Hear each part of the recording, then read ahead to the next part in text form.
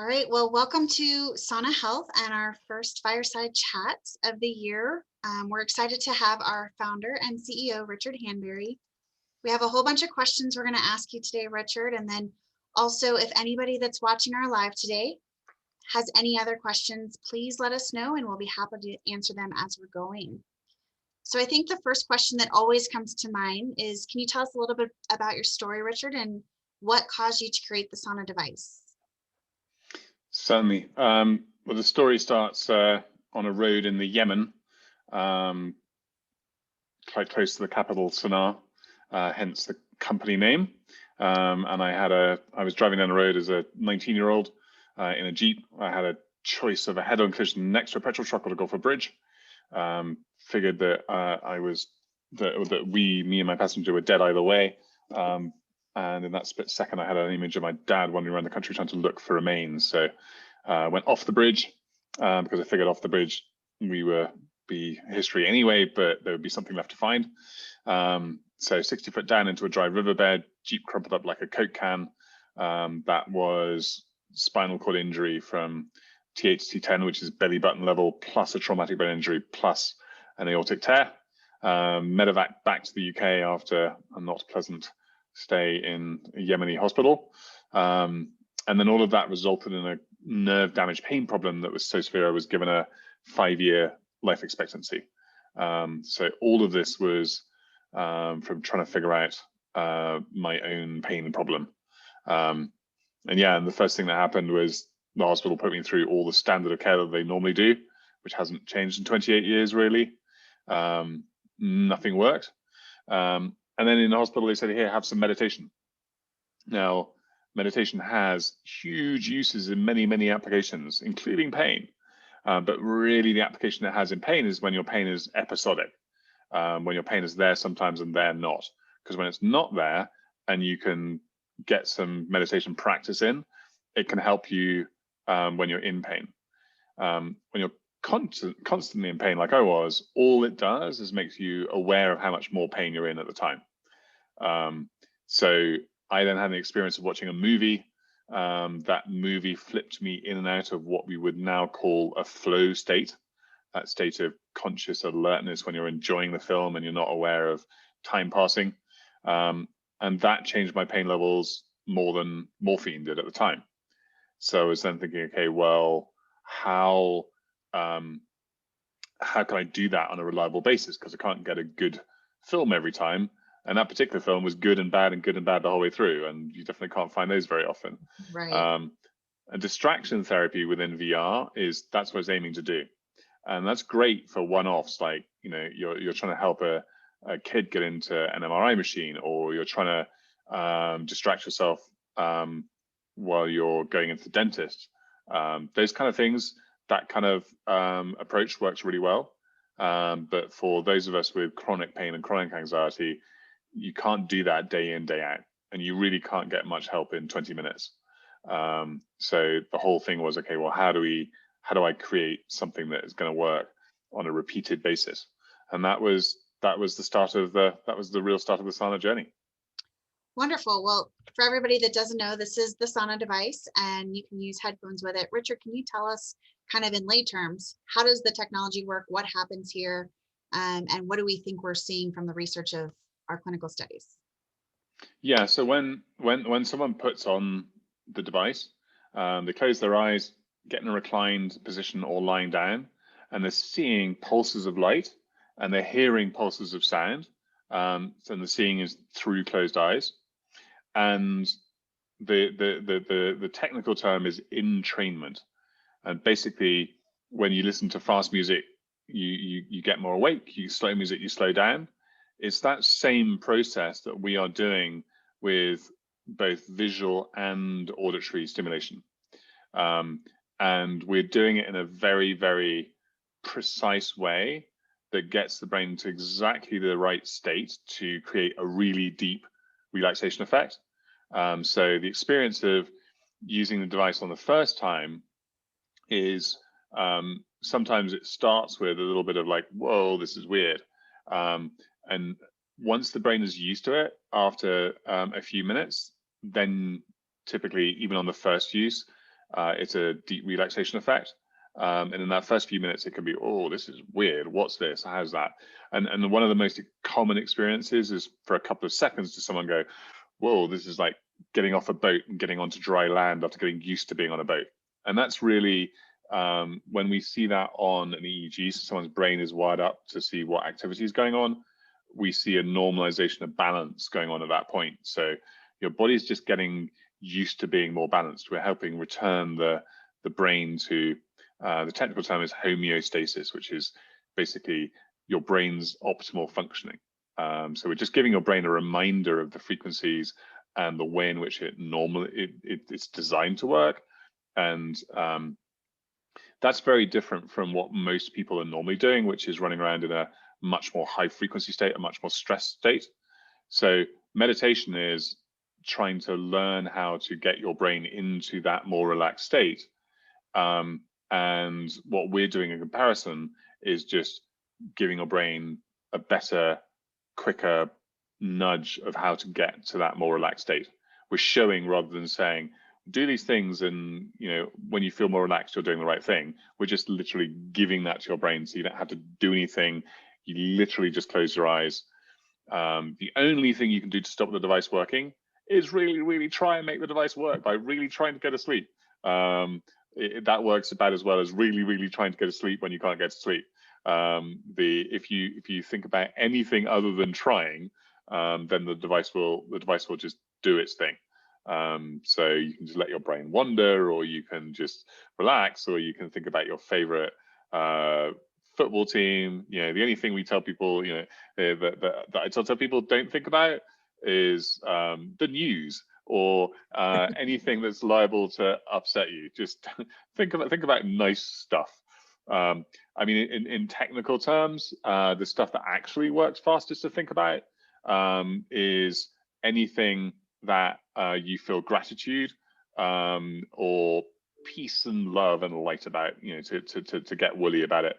But no, I mean, literally gratitude. And there's a whole bunch of research from a company called HeartMath. There's a whole bunch of research on thinking about anything that you're grateful for is the quickest way to help your body unwind and help the device do what it's doing. The only thing we don't want you to do is think about stressful stuff. So one of the interesting tidbits is one of the reasons why you picked the color of the light. So can you talk a little bit about what that color is for that pulsing of light and why it was chosen for the device? Yeah, certainly. I mean, so the original thinking was, okay, do I have to test every color of light, or is there something I can test first that might have the highest likelihood of success? And we got it right first time, and then we tested everything else, and yeah, that first one was right. And really, it was because so much of the science behind what we're doing, I learned from all the research that was done into meditation. I was like, okay, well, what color of light has been used in meditation for thousands of years, literally thousands of years? And it's the outside edge of a candle flame. And that color, ever since our ancestors first started looking at dawn or dusk, sunset, those colors come out in sunset. They have an effect on us. They have an effect of getting the body to relax. And there are technical reasons around that, which is to do with how the light perceives the eye perceives light. And yeah, it's the outside edge of a candle flame, which has been used for meditation for thousands of years, and it works. And there are another couple of really good advantages for it, and that color doesn't disrupt circadian rhythm, so it doesn't disrupt the waking sleeping cycle. So some people have, almost every Apple device and Android device now has a filter on it to change the color of light during the day. And that's to block out blue light, which the color we're using doesn't have at all. So it's really good color for using late at night. And during the day, you can use it and it's not going to influence that pattern either. And the most important thing outside of using the device, if people are having trouble with those light issues, is to get out into sunshine. And if you do that for even 5-10 minutes a day, you help reset that whole cycle. But the device is designed very carefully not to disrupt that cycle and to help you by getting more sleep. That's really insightful. Thank you. So we know that you developed the device and you used it. So how are you feeling today? You know, what was your recovery like? Where are you at? And you know, what is, do you keep using the device on a daily basis? Yeah, so originally I had a 5-year life expectancy. I was using the device at least 5 times a day during those first 3 months. The first time I knew I got the algorithms correct, or rather not necessarily correct, but I was like, oh, something's working here. I was pain-free after using the device for a couple of minutes. Then I decided we would do basically what now we'd all call a design freeze and go, hey, you're not going to change anything now, just see what happens. And then over the course of 3 months, that first 2 minutes of being pain-free grew to a full 24 hours. My first 24 hours without pain was October 30th, 1993. And then because I'd been in so much pain and it had been a life expectancy of 5 years, every day I was like, oh God, is this the day the pain comes back? Is this the day the pain comes back? And so I thought, oh, okay, I can't carry on like this forever. So I just thought, you know what, I'm going to write a mark in my diary. And if I get to that mark in 6 months' time and I'm not in pain, I'll believe that I fixed it. So I didn't allow myself to have that hope that I'd fixed it up until that 6-month mark. And that 6-month mark, it was like, okay, I really fixed it. Who else can I help with this now? And one of the challenges of my story and telling my story is then expectation setting. We haven't yet found other people that we found 1 or 2 that we completely wiped out their pain within the subset of people that have traumatic brain injury and the head pain. There's been a couple in there, and we're hoping to find more of them.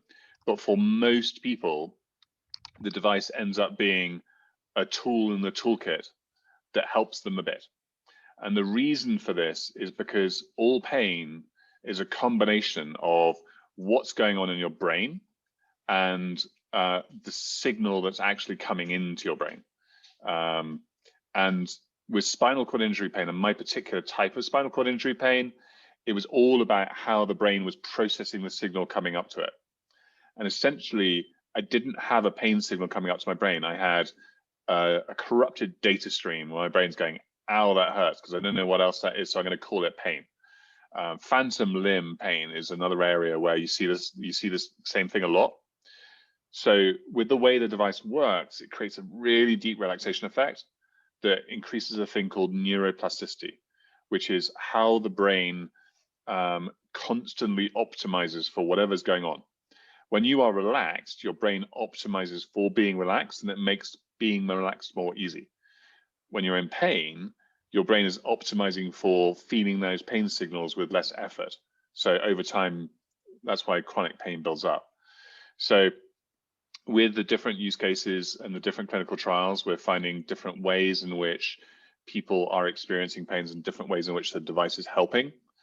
And so, most people using the device as we go through clinical trials for pain are getting a degree of relief, and it's becoming a tool that they use that helps them with that. And as we get pain indications through the FDA and we're allowed to talk about more detail about that, it's going to be really helpful to have people with, I use this for X and this was my experience, because that'll be much more relevant to each person thinking about using a device. And obviously right now, we have a wellness indication from the FDA. And so people using it for other indications, when we can only really talk freely and easily about sleep and wellness. So your question was, your original question, sorry, was about me. So after that first initial 3 months, I was using it every day anyway, and now I'm a classic health and wellness user. So in pre-COVID times, I was using on every long haul flight. to go to sleep whenever I wanted to. I'm sure I'll start doing that again. Using it, I actually was in surgery earlier this year for cardiac surgery, some pretty major surgery, and I had it in my hospital room for the moment I came out of surgery for for helping me go to sleep in a hospital, because hospitals are obviously noisy, unpleasant places, and even having noise cancellation headphones in hospital, everyone should be given those. It's insane that you have to deal with noise in a hospital, and hospitals are noisy places because nurses have to do stuff, and they're bright places. So anybody going in for an operation, get yourself some noise cancellation headphones, even though not the ones that we supply, because they help. And yeah, so generally the time I end up using it a lot on a daily basis is if I work too late. If I stop work at a reasonable hour, and I'm not going to tell anybody what a reasonable hour is because it's not reasonable as any of us in sauna are doing. But if I stop early enough, then I'll fall straight asleep and I'll sleep all the way through the night. If I'm working too late, I'll still fall asleep instantly if I don't use a device because I'm always exhausted by the time I get into bed. Then I'll wake up at 2 or 3 in the morning thinking about work. And that speed unwind of my brain, it takes a little bit of self-discipline to use a device when I know I'm going to go fall asleep anyway in an instant, but it absolutely pays off in the middle of the night. And I use a wristband called Whoop, which a bunch of us have, and some people have Oura rings, and some people have their Apple watches, and lots of people have different ways of measuring their sleep. But you can see the effects instantly when I use it more regularly before I go to sleep, because it is definitely the biggest bang for the biggest return on investment of time is using it as you're going to sleep. And yeah, the more stressed I get, the more the more often I'll use the device each day. So that's my health and wellness use. Just on that waking up in the middle of the night thing.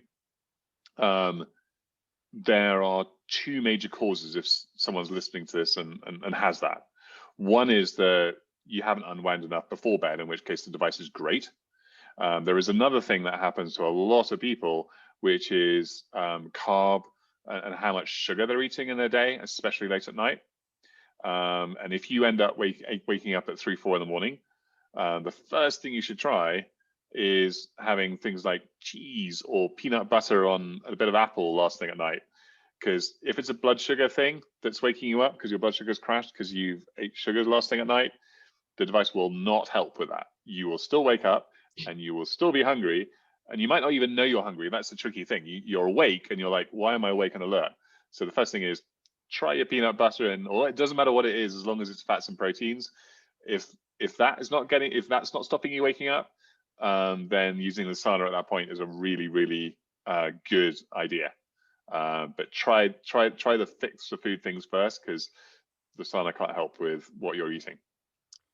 So you mentioned something in there about the pandemic, and obviously everybody's stressed and we're continually being pushed to the edge of what we can manage on a daily basis. How do you see sauna's role helping us through the pandemic in a wellness indication, and helping people that are stressed, exhausted, fatigued, all of those aspects?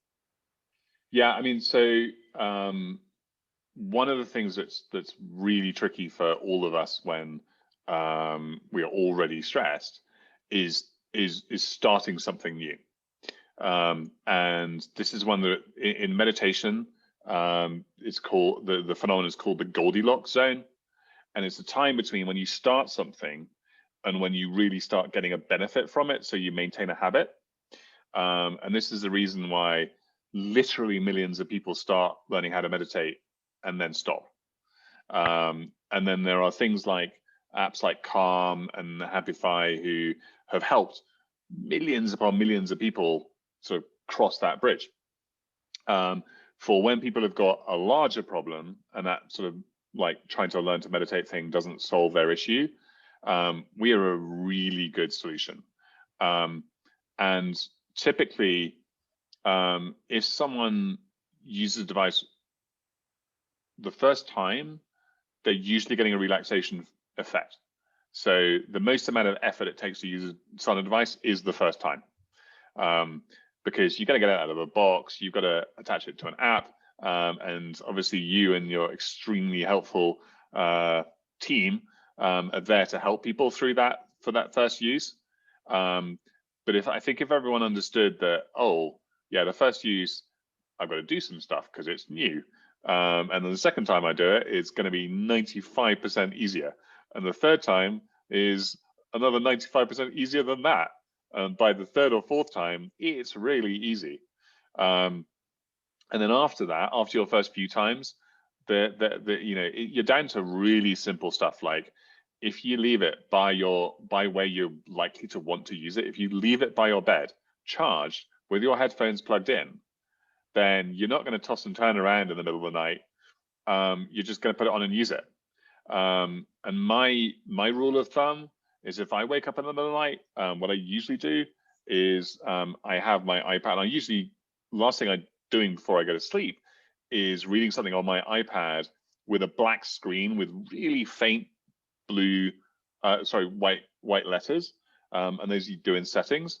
If I wake up in the middle of the night and I think it's going to take me more than 5 minutes to fall asleep reading a novel, I then immediately get my device out.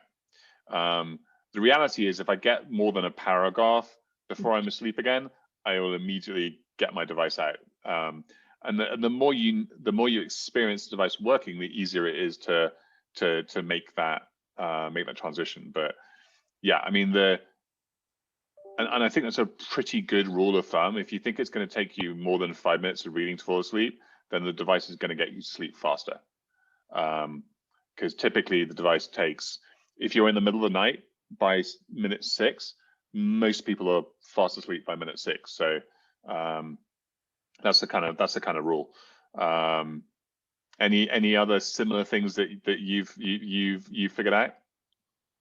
I think for me, it's daily use, which is really hard. I think keeping it at my bed is a really good reminder too, because if it's not at my bed, then I'm likely to pass out, because we are always busy and working a lot. So it's a time to relax, but that really helps me. I also like to use the app because I want to track how I'm doing, and I use that to record my sleep quality, so I know. We did have a question from one of our visitors, and they wanted to know, in what ways does the device mimic the effects of meditation? Can you talk a little bit about that for them? Yeah, so for that question, it's worth going back to the start again. When I had that experience of the film changing my pain levels, my first thought was, wow, that changed my pain levels more than morphine. The second thought was, and the bits of the film, the bits of the movie that made me feel better, made me feel like when I was skiing. And the third thought was, so this meditation thing, if I'd meditated for 20 years already, I'd be able to flip in and out of these states at will. And then the next thought was, okay, well, if I had meditated all my life, if I had meditated for 20 years, how would my brain look different? And luckily for me, there was already a good 50 years of Western medical research into how meditation changes the brain, it essentially optimizes it. It makes everyone's brain more balanced. So not just while you're meditating, but for the whole rest of your life. The point of meditation is to prove your brain for the rest of your life. And there are things that happen to how your brain is wired and the speed it runs at with meditation that I thought, okay, well, can I create a shortcut to that? And that's exactly what the device is. The device is a very, very good shortcut to the long-term effects of meditation on how the brain is wired. Now, meditation gives you two things. One is it gives you that hardware benefit of how the brain is wired. And two, it gives you a massive software benefit of helping you work out how you're thinking and improving how you're thinking. And the early bits of that people get to on their own or with apps. The later areas of that, you really need help to go as far as you can. The device gives you none of that wisdom and software benefit. It gives you pretty much all of the hardware benefit, and therefore the health benefits in a fraction of the time and a fraction of the effort. And typically, when long-term meditators use the device, they will say things like, wow, okay, yeah, so on a bad day, I'd absolutely use that to help me get into the state quicker, and then I would carry on meditating. On a good day, I wouldn't need it. And I'm talking about people who've meditated for 15, 20 years and taught it. So those kind of people are like, oh, okay, on a bad day, yeah, I'd use it. And then for people who haven't done that, this is a really good shortcut. And essentially, if you really, the meditation path is good for everyone, but when is a good time to start doing it? It's a new skill and it takes effort. If you're in a lot of pain and a lot of stress and a lot of anxiety, we are a really easy way to start into that world. And a lot of people have used devices and then retaken up meditation afterwards and gone, wow, it's really easy this time. I tried for years on and off to try and make it work for me before, and it didn't. But now I've used the device for a few months. Meditation is like a lot easier now, and it's a lot more, you get over the Goldilocks zone. You get into that bit where you're getting a positive feedback loop much more quickly. So yeah, we are giving the hardware benefit. We're helping your brain just get to the right speed of operation way quicker. Does that make sense? It absolutely does. As a follow-on question, we had how long does a user need to use the sauna before there is a visible hemispheric balance in that EEG, kind of based on some of the clinical study work that we've done thus far? That depends on what caused the imbalance in the first place and how long ago it was. We've had people with concussions who, if it was a relatively recent concussion, it's 2 minutes. We've had people who've had long-term stress that's gone on for years and years and years, and it's taken a week or two to make it permanent. You can see temporary stages almost straight away. And anytime you feel that, oh, from like the getting off the boat experience, which most people get in, actually it's between seconds 30 and 32 of device use, you see an immediate shift in the EEG. It just, the longer ago it was, the more uses it will take before that becomes permanent. That makes total sense. I don't think we have any other questions, but as we kind of look to wrap up, obviously you've mentioned we're on market as a wellness device. You've made allusions to some clinical studies. Can you tell us about what our goals are for sauna, what's next, what we're working on, and where we hope to be in the next 12 months? Yeah, so essentially what we have with sauna is we've cracked anxiety and stress relief without drugs. And that has an impact on almost every area of pain and mental health to smaller or lesser degrees. So ultimately, everywhere where we can help, we want to help. Now, most people grow up with the idea of, you pop a pill and you solve a problem. And anywhere where you can pop a pill and it solves the problem and it doesn't give you any side effects, great. We don't want to stop that. There are some pills that I would like to see vanish off the face of the earth. In particular, one that's used for sleep, because it's horrible, it's addictive, it creates a dependency, and we're a lot better, and there is no advantage from popping that particular pill. And anybody who takes that pill knows exactly what I'm talking about.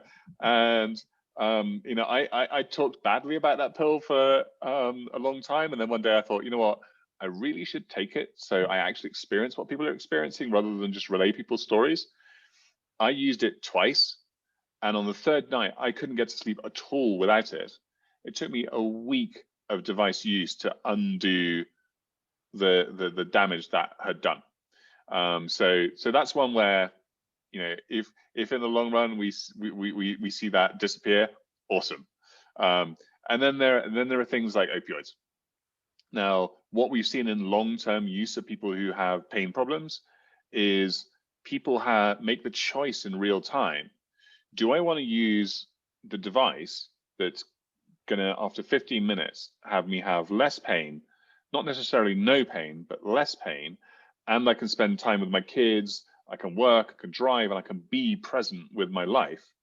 Or do I want to pop the opioid and just check out? Now, both those two are valid desires and reasons, and we want people to be able to choose in real time what is the right tool for them for what they want to achieve right then.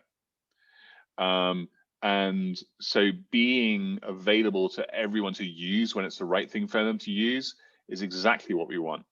Now, every pill, there's a concept in business and economics called opportunity cost. Yep. If I do something, I can't then do something else, or I get a cost of doing it.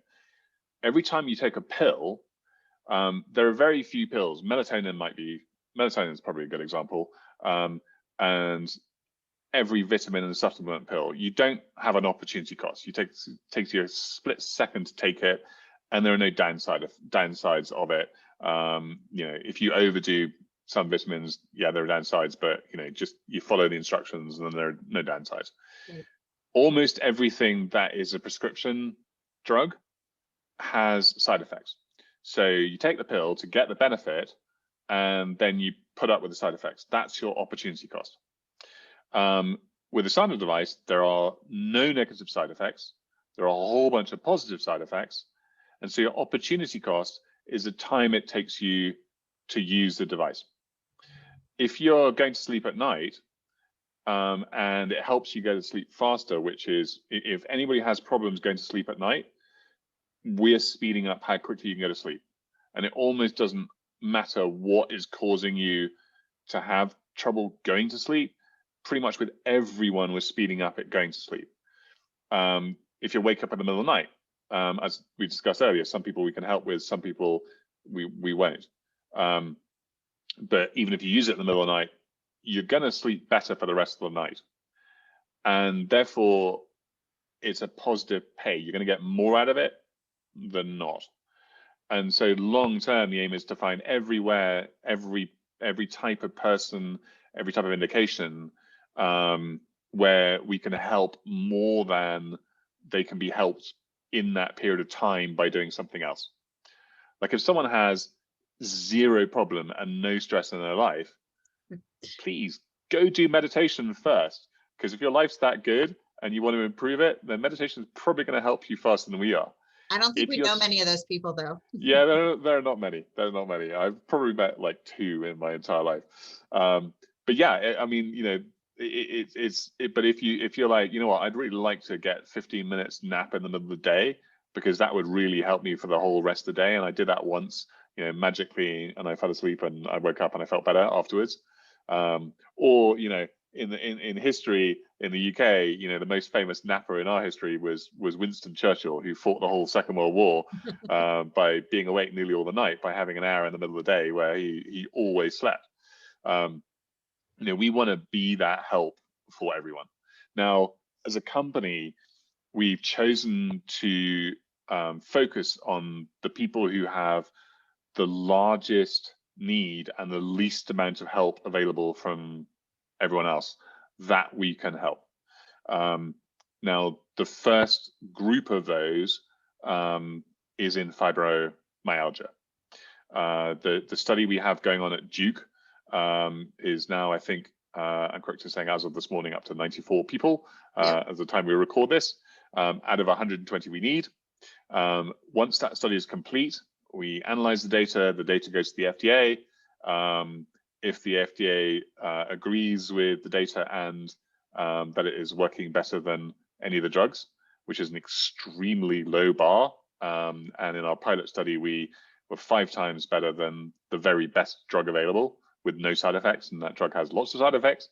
If the FDA agrees with that, then we can talk about it properly and then roll out and help lots and lots of people. Now, obviously, there are people that need help in almost every other indication, from the very most severe people who have something like cancer and are trying to sleep and trying to have a little bit better time with their family, to the other end of the scale, people who are too stressed from work and just want a bit of an extra hand helping with their life. Our focus is always going to be on who is in the most amount of pain and who can we help, and can we leave the door open so people who find us in all of those other areas, we can help them too. Because one of the things that I kind of discovered in when I was in hospital with a spinal cord injury is, whatever level of problem you have in your life, that's your biggest problem. And for you, it's a mountain. Now, in hospital, I was in hospital with people with neck breaks who couldn't move their arms. And so it was like, oh, okay, my problems are huge because I'm in a wheelchair now, but their problems are bigger. And what I learned was, it doesn't matter.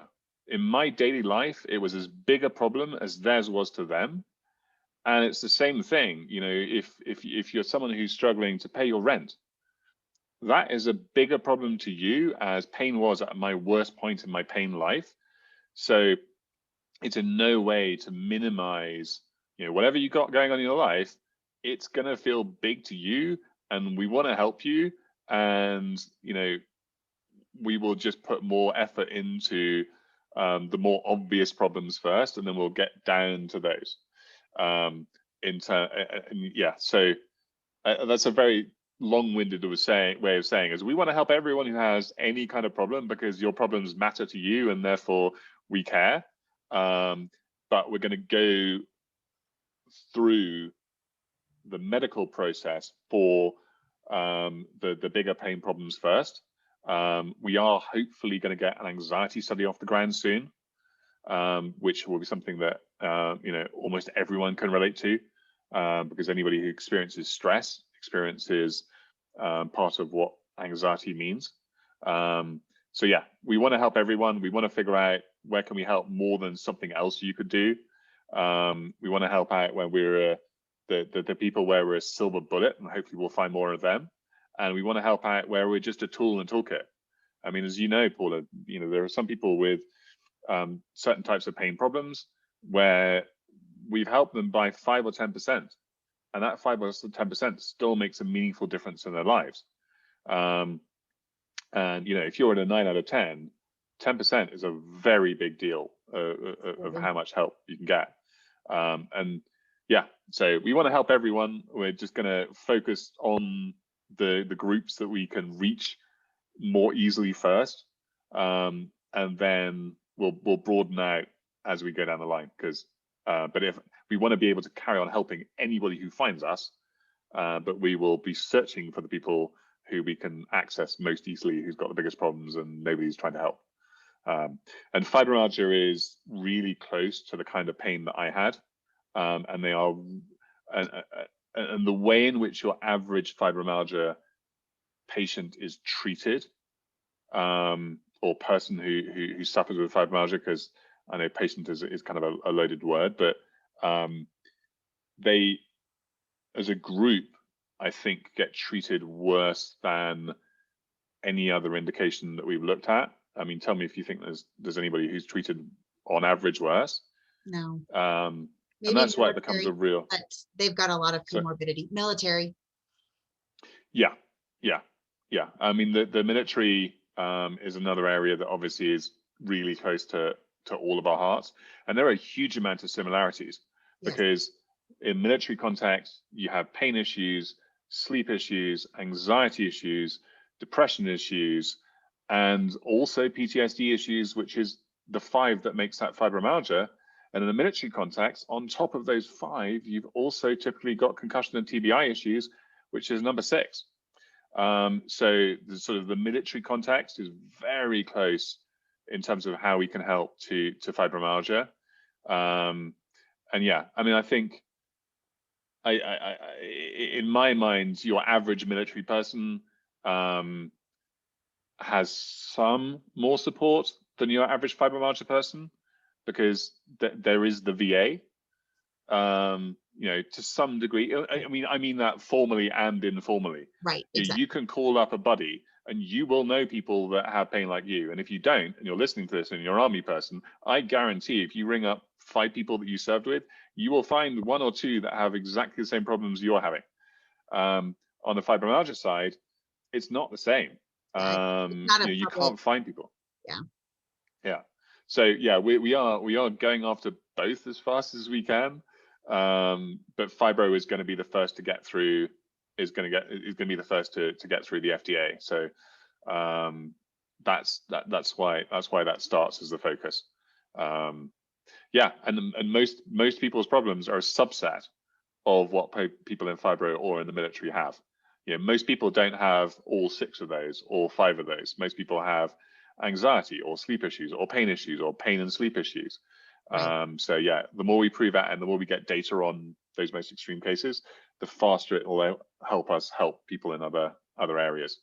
And anybody, I mean, if you take our existing customers who bought under the wellness label, the amount every single one of those has added to our knowledge that helps us help everyone else in a big way is really important. And I know this, so I'm just reiterating it. It's like literally everyone we've helped has in turn helped us help everyone we're helping and every single future person we help. So I really appreciate all of our existing customers who put up with the inevitable learning curve that we're going through and continue to go through, and app things being problematic and so on. And every bit of feedback we've had, I'd say 95% of it has been constructive and helpful. Absolutely. And where it's not, we understand it too, because most of us have been in pain at some stage, and you just want something that's going to help. And when it stops helping, you get really annoyed. And so we I don't begrudge people who are like, well, fix this now because it's bad. That's fine. And we really appreciate people who go, well, if you did this, it would help me more. Because we're all on a learning curve. I mean, I wouldn't ever presume that I could tell anybody with spinal cord injuries, we can help you for certain. I can say certain things like, if you use the device, I am certain it would help you get to sleep faster. I can say that with absolute certainty. I can't say it's going to help you on the first time to go to sleep faster, but by the second or third time, absolutely it will. But your pain is your pain. And whatever it is, we want to try and help. And feedback we get on how we can do better is always welcome.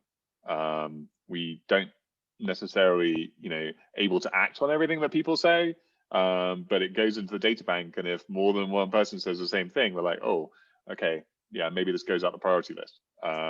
So yeah.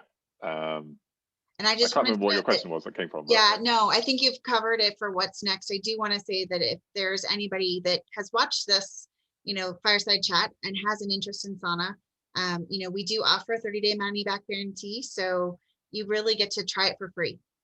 Get a chance to give it, use it every day and show yourself if it's going to help you improve your wellness or your sleep or some of those areas. And we have a bunch of options that we'll list in the comments below on how to learn more about sauna. And you can also reach us 7 days a week. We've got a full team that are happy to chat with you or talk more. But I do want to say thank you to Richard for your time. I know you're a busy man. Likewise. And we always appreciate getting some of your time. Hopefully we'll be able to do this, every so often as well to get more questions out there and our status. But thank you all for joining, and we hope you have a great day. Super. Thank you very much, Paula. Thank you everyone for listening. All right. Have a great day, guys.